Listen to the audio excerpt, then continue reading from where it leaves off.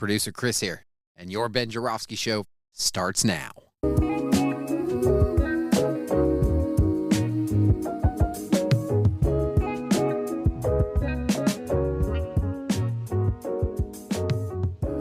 Hello again, everybody. Ben Joravsky here. We're calling this Rosie Leaves the U.S.A.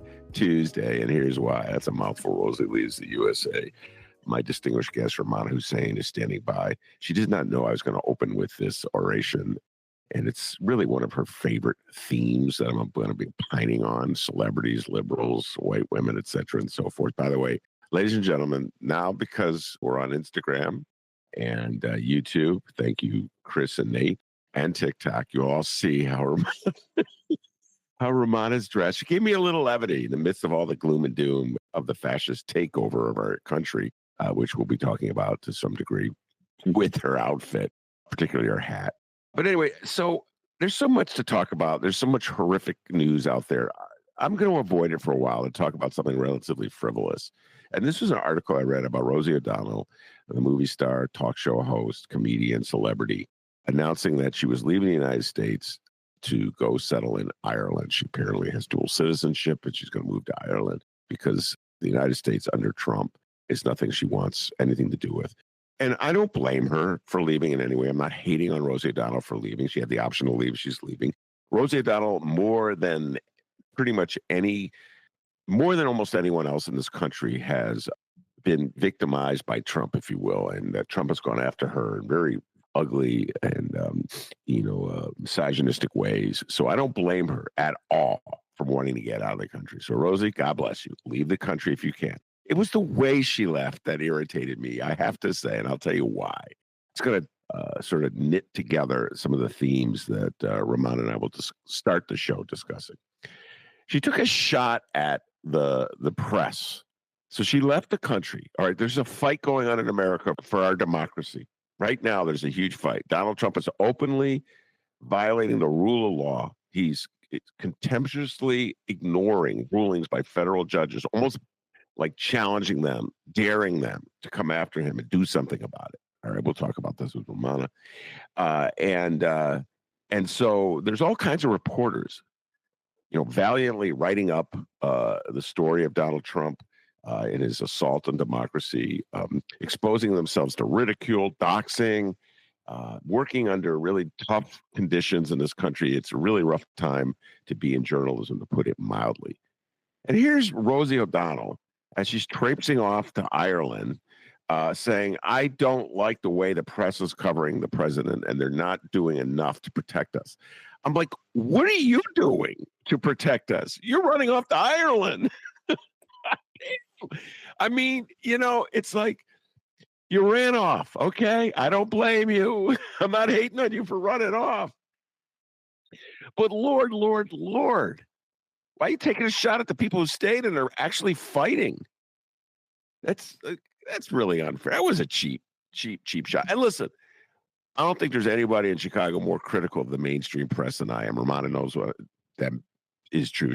Because she's been hearing me rant and rail about them for 20 years or whatever. I've been ranting and railing. It actually goes back to the 80s, Rummana, with the way they covered Harold Washington. But I have utmost respect for journalists in this day and age trying, like holding the line. I do believe that journalists are a key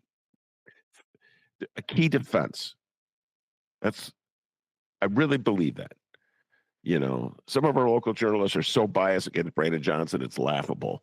So I'm not talking about them, but I'm talking about so many national journals, New York Times, The Guardian, which is British, the Washington Post journalists, not the editorial board. I'm talking about the actual journalists who do the work. So come on, Rosie. It's okay. You left. You felt the pressure. I don't blame you, but you don't have to take a shot at the people who are staying and doing the dirty work. Oh, and then when it's safe to come out, hopefully this ends. I don't know, when President Pritzker is elected, then you're going to come back. Then you're going to be coming back. Woo, thank God that's over. Oh, boy, I tell you how much I loved Ireland. All right, Rummana, welcome back to the podcast. And we'll get into your look. in a little while. Rummana is wearing. Well, why don't you just explain what you're wearing, Rummana? Folks can see you on YouTube, et cetera, and so forth. And so, why don't you explain what you're wearing? Go ahead. Well, I'm wearing a um, MAGA gag hat. It doesn't say "Make America Great Again." It basically just says "Made you look." Allahu Akbar. Allahu Akbar means God is great in Arabic, and a lot of Americans associate the word with, you know, oh no, there's somebody's going to set off a bomb after they say it. But if you're Muslim or Arabic speaking, you know that it's just a word that a lot of people say. They just say God is great. It's kind of like a common word. If you go to a mosque, it's part of, like, sermons and stuff like that, and the prayers that we say. So I bought this hat like 2 months ago, and because I saw it on Instagram and I thought it was hilarious. And I was, it's been so depressing, the news, and just everything that's going on in our newsroom at the Sun Times. And, Mick was kind of talking to me, maybe do something light. And I was like, yeah. And I was like, kind of thinking about the hat. And I have this is the first time I'm wearing it, Ben, because, I know you've talked about wearing hats on camera. I'm not someone who really wears these type of baseball, trucker hats or anything like that. And so, I kind of, my first line in the column, I talk about how, I haven't really worn it yet. I'm not sure, like, if people from far away are going to see it and like freak out because they see me wearing this, like, Chris did a few minutes ago. But, and then, when you come closer, it'll make some other people angry. And so I thought it was hilarious. So I reached out to the artist who made the hat. He's a young Pakistani American who lives in Maryland. And, he actually, like, it's really funny. He sounds more like my husband than me. He grew up in a smaller town in Maryland. And, he's like, oh, I grew around Trump supporters. I know Trump supporters, and he's like, I'm not really trying to make fun of them. I'm trying to, he's like, I just thought it would be funny because this is part, it's kind of more, he was really smart, and he was like saying it's, kind of melding two parts of like what he sees in America, his background and, what he's seeing around him. So he kind of like took two ideas together and put them together, and his hat's been doing pretty good. And he said, most people who are buying it are non-Muslims, and he's getting people from all over the world asking for the hat. And so, he has a pretty big following at Instagram. So I talked to him, and then I kind of mixed it in with comedy. And of course, I found this woman who's writing a book on Muslim comedy at the University of Chicago. And so, we were chatting, and she's like, I'm new to town. So let's get together after coffee. So I made a friend too while I was at it. So this was kind of like, it had some serious points in my column, but it was ultimately, it was something that, was supposed to make you laugh. And so I haven't worn the hat yet in public. It was sitting in plastic, and I literally just ripped open the plastic bag right before the show. I wasn't going to wear it, but then I'm like, you know what? I'm going to surprise Ben and just wear it. Did you ever? And I saw you, and Chris and I, right before you came on the show, were like, oh, this is going to be great.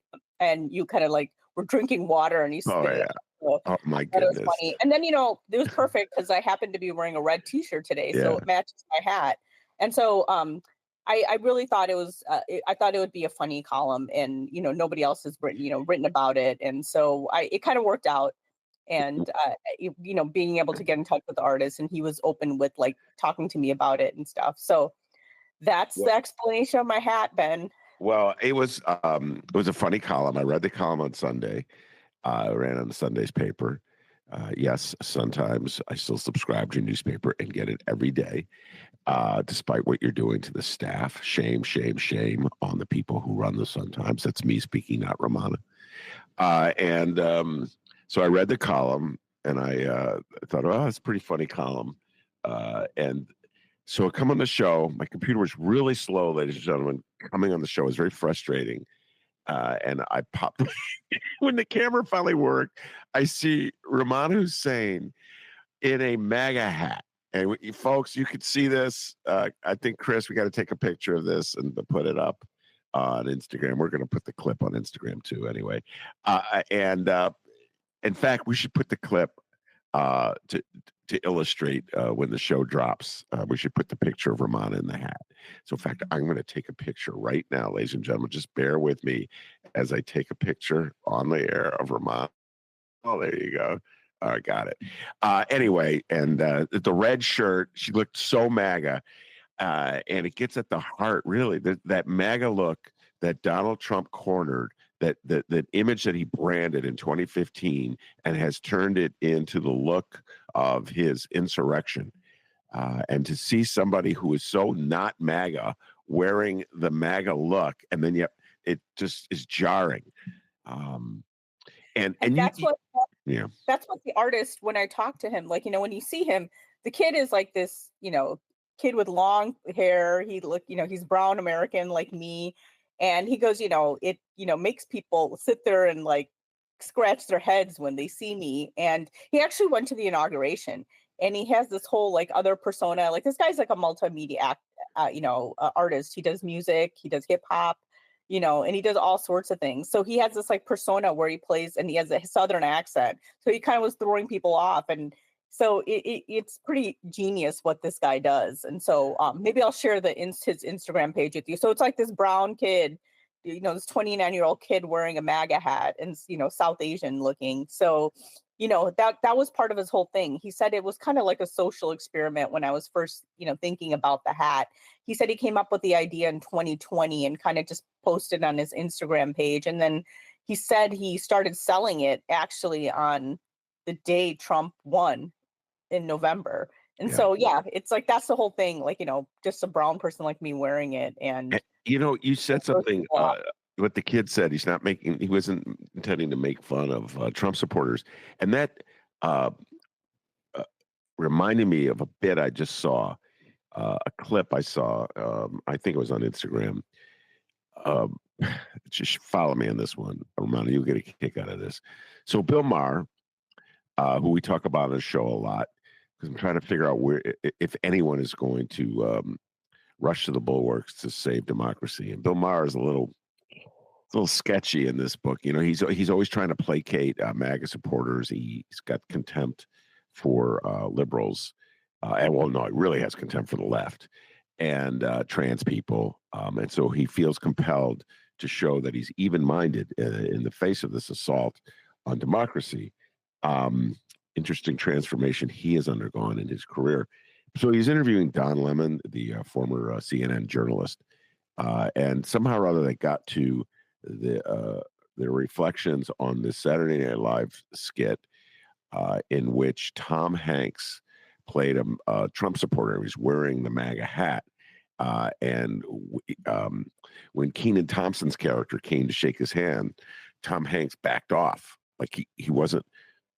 I thought the joke was that he was afraid Kenan Thompson's character was going to mug him, but you could also read it as he didn't want to touch Kenan Thompson's hand. And so there was a big to-do in MAGA land about how insulting that was, because it strongly suggests that MAGA people are so righteous they don't want to touch the hand of a black person. And MAGA was insulted. And so we go to Bill Maher. And this is Bill Maher, who gained his reputation with a show called Politically Incorrect, which, as the title suggests, shows that as a comedian, anything's open. There are no rules. There are no boundaries. We can insult absolutely anyone. And if you get hurt by it, oh, come on, don't be a snowflake. And here's Bill Maher. Like, he gets real somber with his voice and talks about how unfair that was to MAGA people to suggest that they're racists. And I'm like, what a wimp. I'm sorry. You're free to absolutely insult anyone you want. And if they complain, they're snowflakes. And here you're a little sobbing for your MAGA people. That's so unfair. They're not all racist. No. Okay. One of them isn't, all right? But all the racists are MAGA people. And I just like, when you said that thing where the designer of the hat wanted to make sure he wasn't insulting MAGA people by mocking their hat, I'm like, why? Why is this sensitivity about MAGA is literally taking people off the street, putting them on airplanes and sending them back to countries and calling them all rapists. They just arrested a midwife in Texas, claimed she did an abortion. All right. I just saw before we went on the air, this Canadian actress who was in an American Pie movie was detained and sent back to Cuba. I mean, Okay. MAGA is doing its full MAGA thing. And they're like, yeah, proud about it. Joe Rogan had some Holocaust deniers, some really weird people on his show this last week. And, I'm glad you opened my eyes to this. Elon Musk is insulting literally everyone who ever worked for the federal government. But that one Saturday Night Live sketch where Tom Hanks' character backed off. Oh my God, you've gone too far. And it's Bill Maher. MAGA. Come on, Rummana, help me out. What is I agree. Like, it was really funny when I was talking to this young man and I was telling him, he was telling me how, he's not MAGA at all. Just because we started talking about our, what we believe politically, he's not MAGA at all. He was trying to say that, he lives in a place where, people are feeling disenchanted, and, he was kind of talking. And so he goes I'm not, but, at the same time, I think, he's well aware of what MAGA mostly in America, what people think it stands for. When people wear MAGA hats, they don't necessarily look like us. So no, I know what you're saying. I agree with you totally, Ben. Some of it's just Bill Maher is pretty rich, you know what I mean? He gets insulted when you insult him. I don't know if you saw that episode when Bill Burr was on his show and he disagreed with him on college protests, and people were I think Bill Maher thought Bill Burr was going to agree with him because he's this white guy from Boston. But anyway, it was pretty funny. He doesn't like it when people challenge him in general, and so he thinks he's the smartest guy in the room, and he doesn't I don't know. I used to watch Politically Incorrect. I was a fan, and he's just kind of lost me for I think it's been more than 10-15 years. I'm just I can't take it anymore. He's not even funny. He's a wimp, man. And Bill Burr made mincemeat out of him. We've talked about this a lot on the show. And Denali, I love you, a dear guest, a dear friend of mine comes on the show, and we have a heated debate about Bill Burr. And she makes a lot of good points. She's not a fan. That said, he's standing up. He's standing up to these guys. Oh, he's definitely. I will take him over Bill Maher any day. Yeah. He's the more favored Bill between the two Bills. Oh God, there's no question. I mean, you can't even compare those two. Maher is such a wimp these days. And when Burr was on the Bill Maher show, I think Chris dropped this a couple times with guests.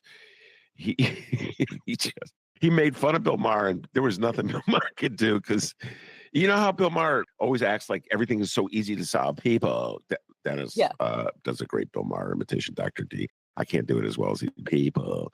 And oh God, this is all we have to do. And then Bill Burr's like, oh yeah, so simple, huh? Why don't you go solve the Ukrainian war? I'm like, Bill Burr, you are funny. Yeah, it's so funny. And it's funny because people think of Tom Hanks as this harmless actor. He's very safe, and he's America's favorite actor. And I think that's what made people so upset. They're like, oh, I can't believe. And I haven't even seen this skit, but I read about it. We had at least one letter to the editor talking about how they love Tom Hanks and not anymore. And it's okay, mad. It's just some of the stuff that MAGA has done. It's worse than what Tom Hanks did. So it is pretty funny. Just oh my goodness, you can't even compare it. And it was a sketch about Black Jeopardy, and Tom Hanks has been on it before. And I'll leave it alone. We'll move on to other things. But that's where my mind went when I said, this is just a ripple effect of seeing you in a MAGA hat. I knew it would prompt conversation, and it's beautiful, man. It's take some time to talk about it. We're going to get that kid on the podcast. I'd love to have a conversation with him, so we'll get that number off air. All right, let's talk about my beloved bright one. I'm not kidding, Rummana. People think I'm joking. Here's the beloved bright one, home delivered, still hanging in there, bright one. You management is trying to destroy my newspaper that I've been reading since the 60s, before most of you people were even born. I'm still reading the newspaper, still supporting it. Hey, you management types, do you have a subscription to the Sun-Times? I don't think so. Sorry, Rummana, I had to go there. We talked about this the last time we were in the show. And leave her alone, people, Sun-Times people. She has a First Amendment right to speak her mind, okay? They invited journalists at the Sun-Times to take a buyout. And some of them have announced that they're taking the buyout. Whether the Sun-Times accepts the offers to take the buyout is something else completely. It's a very painful time for me this old baby boomer who's been reading the Sun-Times, Rummana, since the 60s and remembers when the Sun-Times was like a leader. There are very few people who defied Mayor Daley, old man Mayor Daley, not Baby Daley. Well, very few people who defied Baby Daley. You're married to one and you're talking to another. And very few who defied Rahm. But the bright one did some really great reporting back in the late 60s and early 70s on a lot of issues, particularly the assassination of Fred Hampton. So I always have some love in my heart for the bright one, for taking strong stands. It's very painful for me to see the Sun-Times shrink, to see them forcing journalists to come face to face with retire, maybe before they want to retire. And it's very disappointing to me as a lifelong, really, Chicago Sun-Times reader, devoted subscriber, talk about it endlessly on the show with my guests.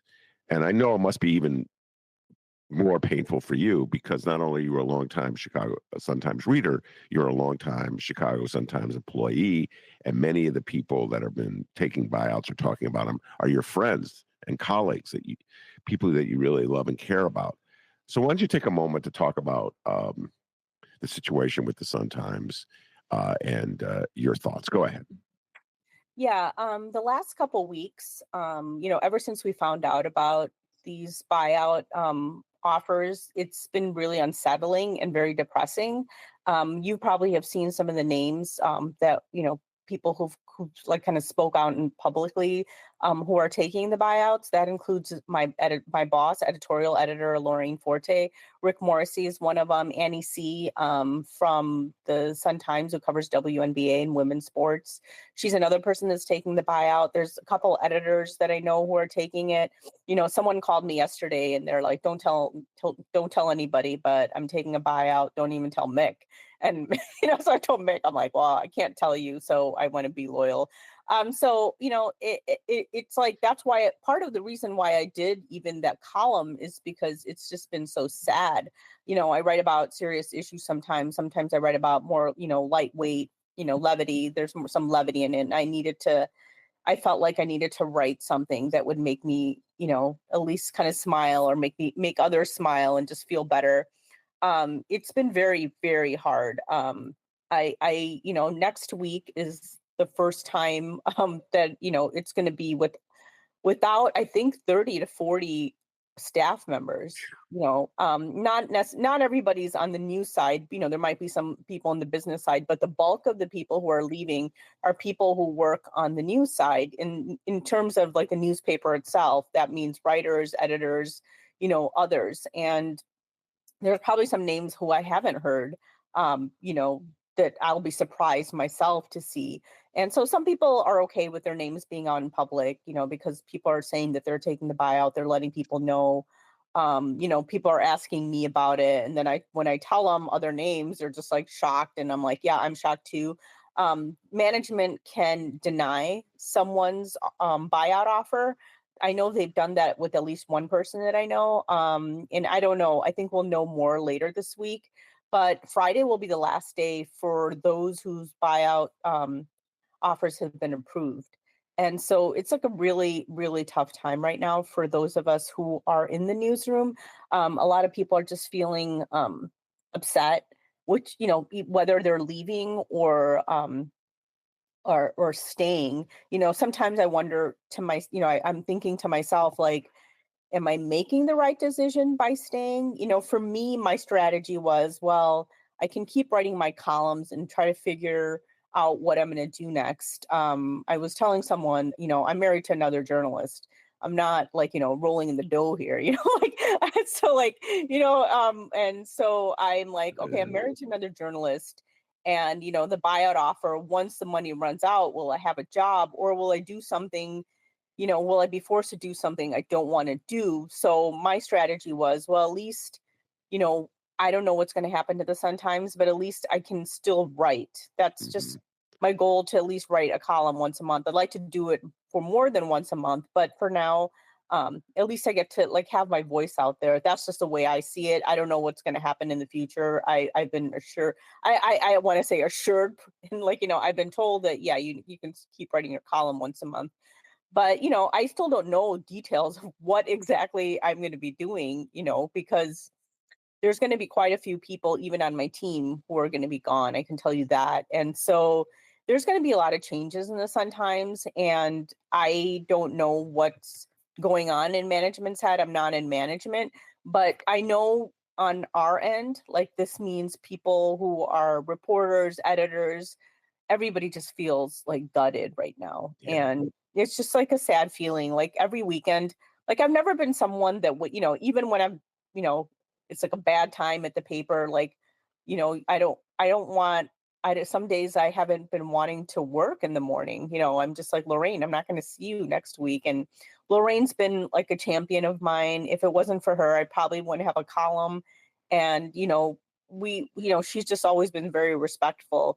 And so just to lose someone like that is really hard for me. And I've been told by others, like, if Lorraine's told me, if you need any, help or have any questions, like, help thing, and I pretty much work with her. So she told me that, you can always call me, like, you're stuck doing whatever you're doing. And so that it's good to hear, but it's a very, very depressing time right now at the Sun Times. And, I'm hoping to see some people on Friday. We're going to get together, a lot of staffers, but I don't know, I don't want everybody to start crying. You know what I mean? I might start crying. I've shed some tears since I found out about the buyouts. I was like, what's going to happen? Like, it's just, to save that much money, like you have to cut so many people. We're already like short staffed. And, you probably know that just being at the Reader, when a newspaper is struggling, just cutting, how much more can you cut? Or like a media company is struggling, you always like kind of think like you can't cut anymore. And then they keep cutting and cutting. And it's just like, well, what's going to happen eventually? Yeah. And so that's one of the things that's like, a lot of people are just wondering. They're just like, what does this even mean for the Sun Times anymore? Is this the beginning of the end? A lot of people are asking. So yeah, it's just, really hard. And I'm one of those people who doesn't really, work isn't the number one thing in my life. At the end of the day, my family and friends and their health and happiness is the most important thing. And I try not to let work define who I am. But, it's still something that I do. I spend a lot of time working.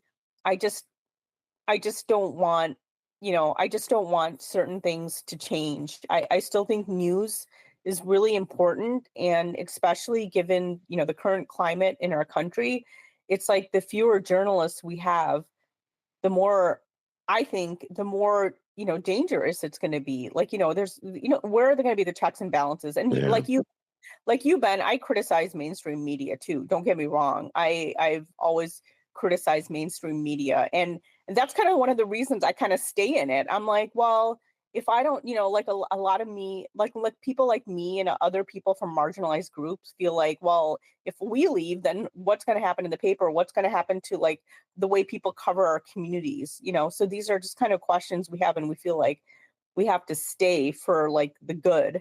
Yeah. And you're talking about Rosie O'Donnell.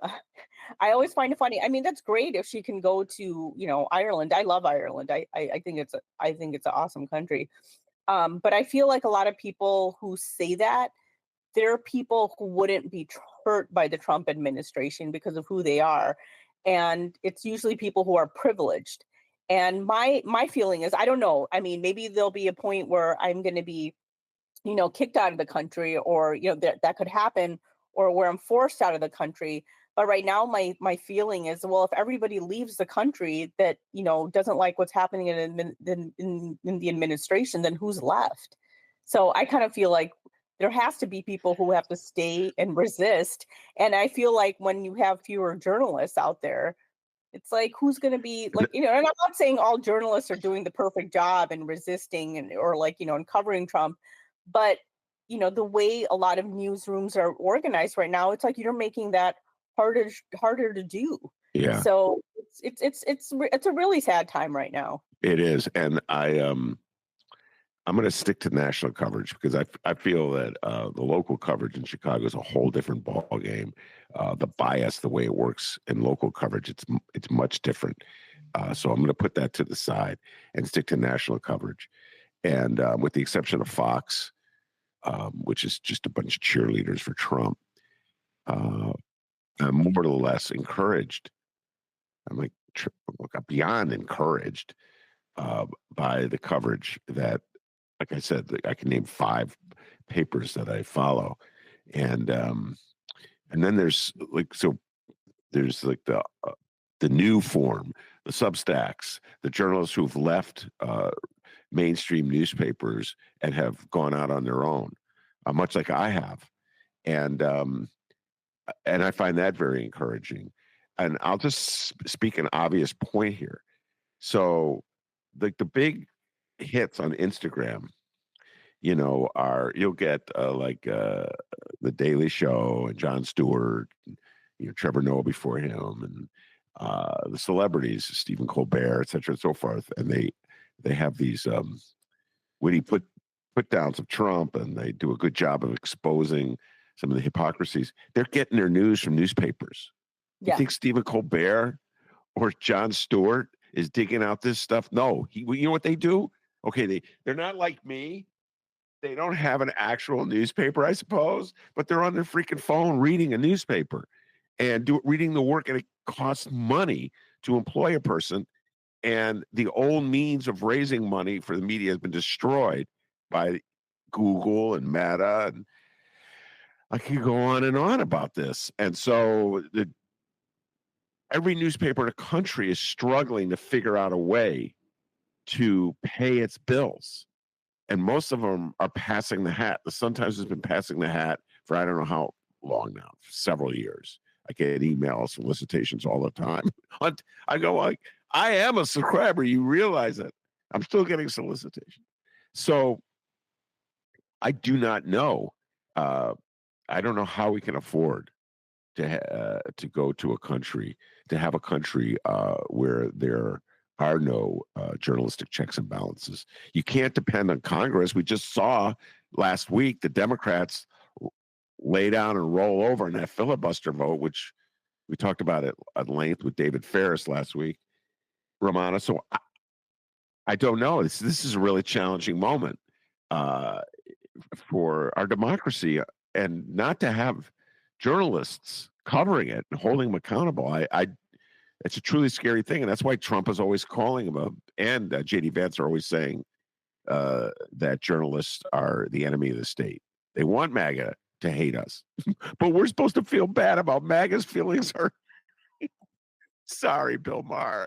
Oh, come on, Ben. It's so mean what you're doing to MAGA. So I hear you, Rummana, and man, tough day, tough time at the bright one. All right, let's move on and let's talk about Donald Trump and judges, okay? And so let me just set this up a little bit. Folks who've listened to Rummana in the show a long time know that for years she was the Sun-Times courthouse reporter. And she spent a lot of years watching the interaction of prosecuting attorneys, criminal defense lawyers, defendants, jurors with Cook County judges. And Rummana, I've never seen the open display of disrespect that MAGA, particularly Trump, pretty much everybody, Tom Homan, Homeland Security, and many of his allies are showing for judges. And the story that I sent to you over the weekend had to do with the deportation of Venezuelans by Trump after a federal judge had said, don't deport them. And they did it anyway. And so then the issue, and I sent this to you, the headline in the paper, I think it was the New York Times, the headline was, White House denies violating judge's order in deporting Venezuelans.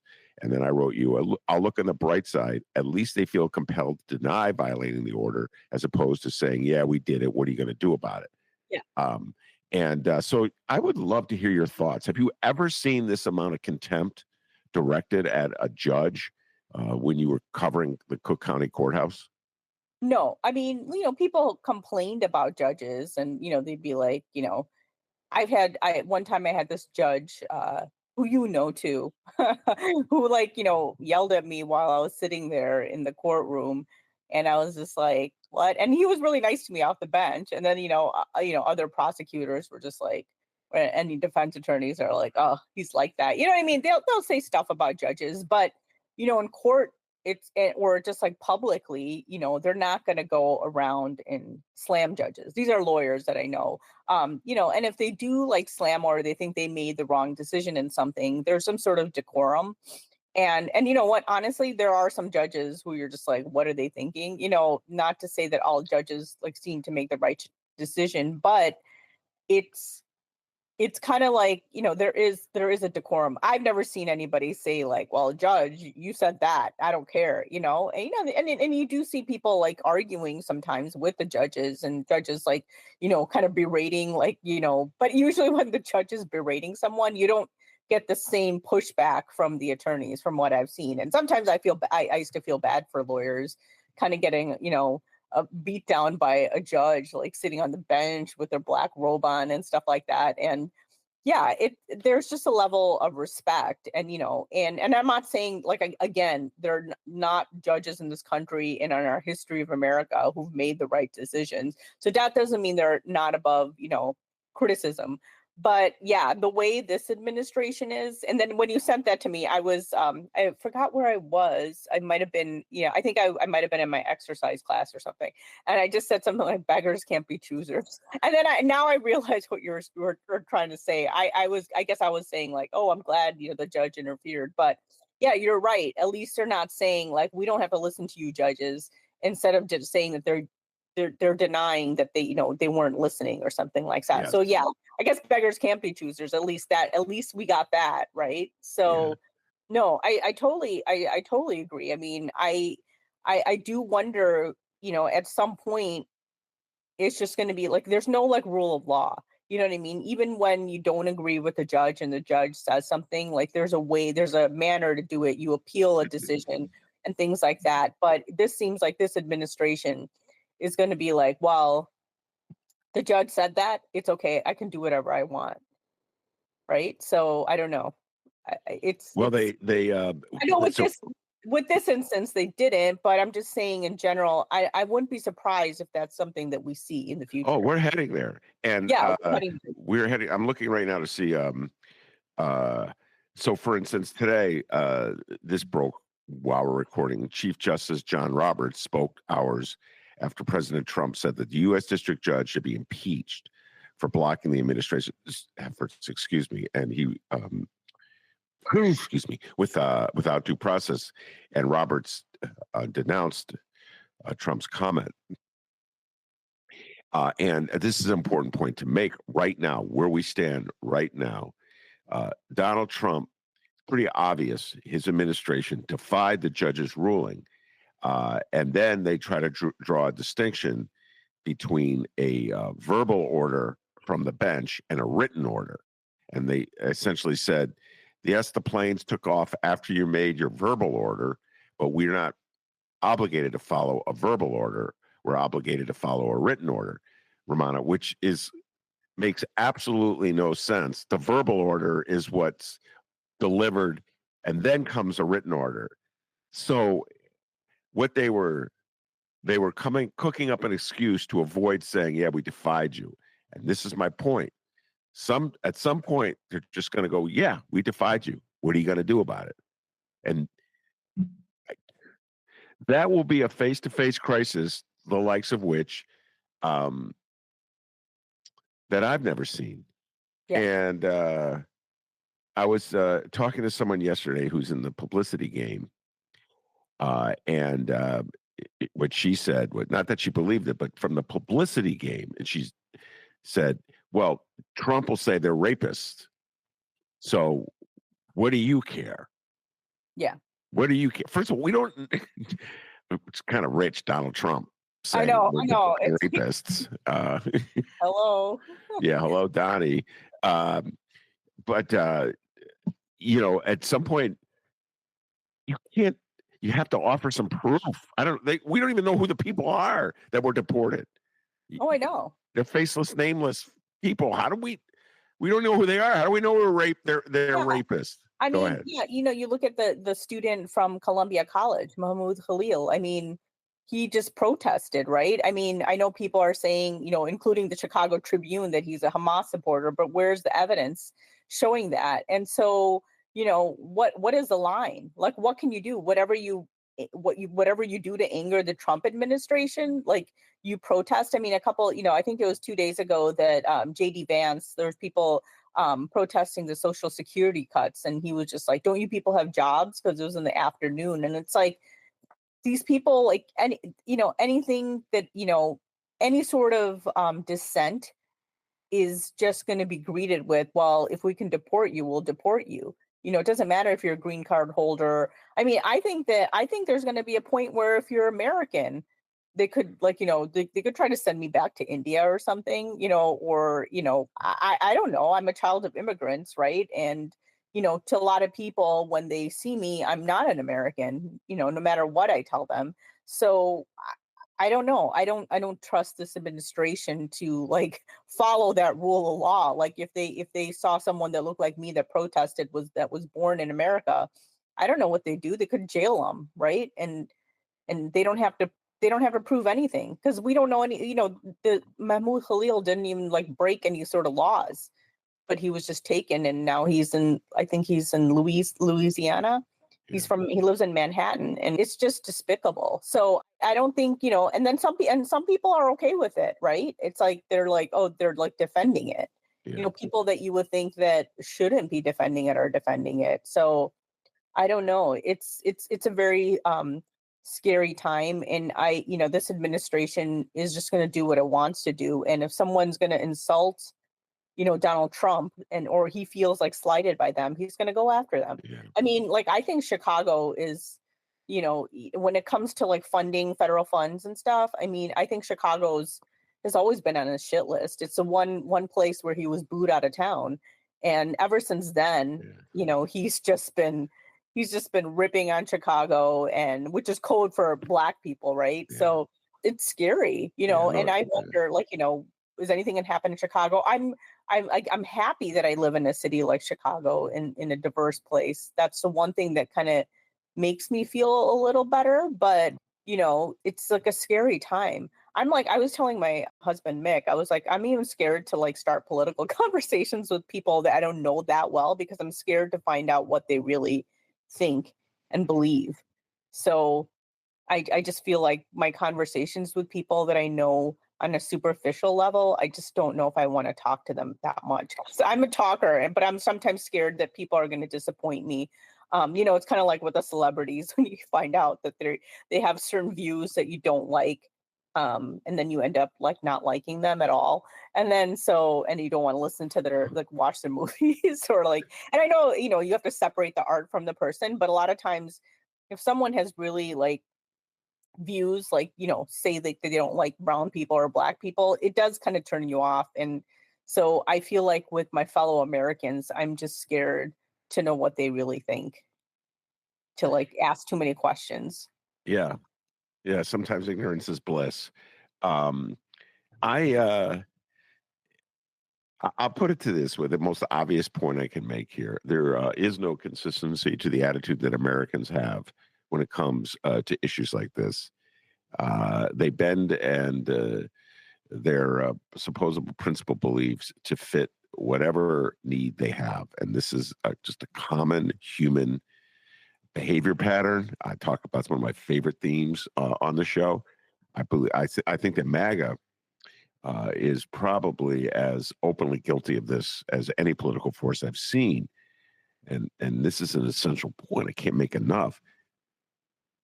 The chief premise of MAGA is freedom and liberty. That's what they're talking about constantly. First Amendment rights, free speech. And I what we're seeing now is a complete violation of that principle. And no one from MAGA is standing up for it. No one. Bill Maher's not even standing up for it. He's more worried about the feelings of MAGA supporters. Joe Rogan's worthless in this fight, who's supposedly a great. I've seen his videos that he made about liberty, the essential core of American existence. So, Rummana, I don't know. It's like we're fighting this for these principles, and half the country is supporting the trashing of these principles. And so that's part of why it's such a frightening moment. You follow what I'm saying? Like when Michelle Goldberg, she wrote a column for the New York Times about Khalil being incarcerated and dispatched to Louisiana, and she said that the sad reality, she was condemning it, but the sad reality is probably a popular move with Americans. You know what I'm saying? They like just wrote this guy off as a terrorist. And so, oh, he deserves what he's getting. Okay, if people are paying attention to it at all. So I don't know. I'll ask your thought before we transition out. Do you think, in your opinion, most Americans view it that way? Like, oh well, too bad, you deserve it. You know. I think it's 50-50 because there's definitely people who are really upset about it, even if they're not necessarily like believe in the same cause or, you know, quote unquote cause, like are pro-Palestinian or view it differently. No, a lot of people are speaking out and are upset about it, but I think it's 50-50. I think there's some people who are like, oh, well, or they think it's fine, right? It's a brown man getting, you know, jailed and detained. And I think for a lot of people, sadly, this is what they want. This is really what they want. And maybe it isn't 50-50, maybe it's 60-40 and 60% of people are okay with it. That's freaking frightening. That's really scary if it's 60-40. No, I know, but I feel like there's definitely a sizable amount of people who are okay with it. Yeah. I saw someone from my school the other day, like was retweeting someone who was like, well, yeah, Donald Trump does a lot of people and I don't give a fuck about Mahmoud Khalil. You know what I mean? It was just kind of like one of those things. And so clearly a lot of people feel like that. And so, you know, it's disturbing what people are feeling right now. And so that's what I told you. Sometimes I'm scared to even like, you know, I mean, obviously like someone like you and most of my close friends I can have conversations with, but you know, if I know someone like not that well, I'm kind of worried about like having some, because then I'm scared that they'll disappoint me in the views of the world. All right, we will close with something a little lighter, but not necessarily a little lighter. Before we went on the mic, Rummana was chastising me mildly for not having started watching White Lotus yet. I have a very strange system of watching TV shows. I don't like the once a week drops, and so I like to be able to watch. I like liberty and freedom. Joe Rogan. I want to be free to watch the shows when I want to and not when you tell me to. HBO, whoever it is that I can't remember who's Max. My bad.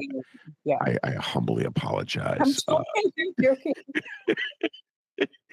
So anyway, but I've been I get such a kick out of White Lotus because it's such a satire of something you're not allowed to say anymore. Bill Maher will get mad at me, but white privilege and American entitlement too, because they always go to another country. Well, they went to Hawaii in the first one, which is that's true. But it just like someplace that's another culture. And it just kind of shows how like Americans really, you know, I guess wealthy Americans, and there definitely is. I think there's definitely a statement on white privilege because if you this latest season, like all the people of color are the, you know, quote unquote normal people, and it's like the wealthy white people who are just bizarre or nuts. You know, you got to watch it, Ben. I think I will watch it. I will watch it. I can't tell you that much about it because I feel like you have to watch it and we could talk about it. But you'll understand. All I can say is LBH, and it's a term that's used, and that really cracked me up as someone who's been overseas. And the way Americans think of themselves overseas. Okay. But LBH refers to something, and apparently people in other countries use that word with certain people. But that's all I'm going to say. But I Okay. think I really like it. I think there's a lot of good performances in it. You know, a lot of people have been complaining about this season. They think it's too slow. But I think White Lotus has always been kind of like a slow burn. Like, Very slow. Yeah. so, Yeah. I think it's good. I think it's kind of, you know, I think it's pretty. You know the part about the White Lotus? I've seen the first two years, and not the some of my favorite scenes in White Lotus, and I'm thinking of uh, both seasons, is when a family, which is dysfunctional, is sitting and having dinner together.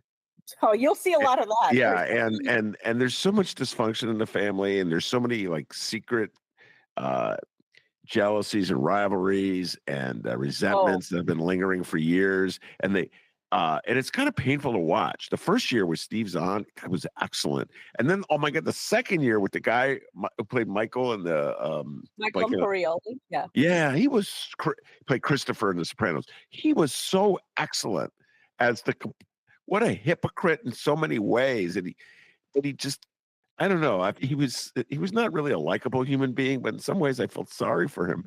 Yeah, for sure. I mean, and he's a those are good the parts actor, I like so- because I think they're very real. Go ahead. Well, yeah, I mean, if you want a dysfunctional family, there's definitely one in this one. There's a family with two boys and one girl, and if you're going to talk about resentment, and there's three women who are like friends, and they're like, you know, meeting each other for a long time. So everybody's talking about that friendship because there's a lot of jealousy and like talking behind each other's backs. I think you'll like it. I don't understand why you're waiting. There's like 5 episodes that have dropped. Yeah. Five episodes have dropped. You're not going to watch 5 episodes in a row. By the time this week is done, it was going to be 6. So it's like almost done. So you might as well start. I don't know what you and Pam are waiting for. Okay. So I will now reveal the ultimate weirdness of me. So if you do the math, and if I start watching now, I will come to a point where I run out of episodes that they've released, and I will have to wait. And I'm like, oh no, I am not waiting. I'm an obnoxious American. I want to do it my way. Yeah, well, you can binge 5 episodes. Do you even have time between your show and everything else you're doing with your life? Well, no, I watch it. If I watch, okay, we'll take the deep dive. Follow me on the math. There are 5 episodes, okay? 8 total coming out, correct? All right. And they drop another one on Sunday. That's 6. So let's say I watch one episode. I usually watch an episode at a time. Well, God, my listeners are like falling asleep. Here we go. So Tuesday's one episode, Wednesday's another episode, Thursday's a third episode, Friday's a 4th episode, Saturday's a 5th. Guess what?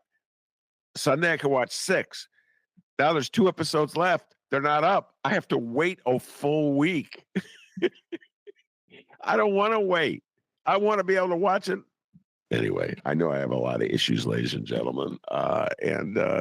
So you're right. You like it. Well, I want to talk to you about it. That's also another reason. I mean, like everybody else is talking about it, but Ben, you're going to talk about it like next year. I know. I'll talk about. America will have moved on from that topic. But wait for me. Hold on. All right, very good. We've run out of time. Rummana Hussain, thank you very much. And I'm glad you didn't take the buyout. Glad we're going to still see your columns in my beloved Bright One. It'll give me a reason to get the Bright One. The sports coverage. Very sad that Annie Constable took the buyout. She's an outstanding sports journalist, does a great job of covering. Whenever she substitutes for Cowley and does the Bulls, she does a great job of covering the Bulls and she's the a great Sky. colleague. Yeah, she's a great colleague. Person. I hope nothing but best wishes to her, whatever she's doing. I'm sure she'll be quite successful because she's so much talent. All right, Rummana, thank you very much. Appreciate it. Love the look, ladies and gentlemen. It's a whole new look for Rummana Hussain. First of all, the baseball hat is cool. Maybe next time you come on the show, you'll wear a Cubs hat. She's a Cubs fan, ladies and gentlemen. Yeah, just before I leave, there was a Cubs game in Japan. Yes. This morning, and Mick was asking my brother last night if he was going to watch it, and of course my brother's like, yeah. And he told my brother that he took off. He's going to not go to work later so he can sleep in. But I don't think he told me that's not true. But he was shaking. He wrote SMH when I said I'm not going to wake up to watch it.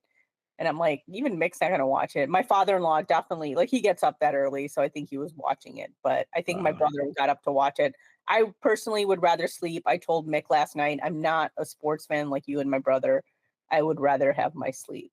No, I actually, I can't think. I don't think I ever got up early to watch a sporting event ever in my entire life. I've been tempted with Wimbledon, the tennis, because I'm a big tennis fan. The big tournaments, Wimbledon and the U.S. Open, but I don't know. I can't remember the last time I got up early to watch a sporting event. I love my sleep way too much, Rummana. So, all right, Rummana, thank you very much. Appreciate it as always. Also, shout out to producer Chris. He does an outstanding job, and I know Rummana agrees with me. Say, hey, producer Chris, give yourself a raise, take it out of petty cash. Peace and love, everybody.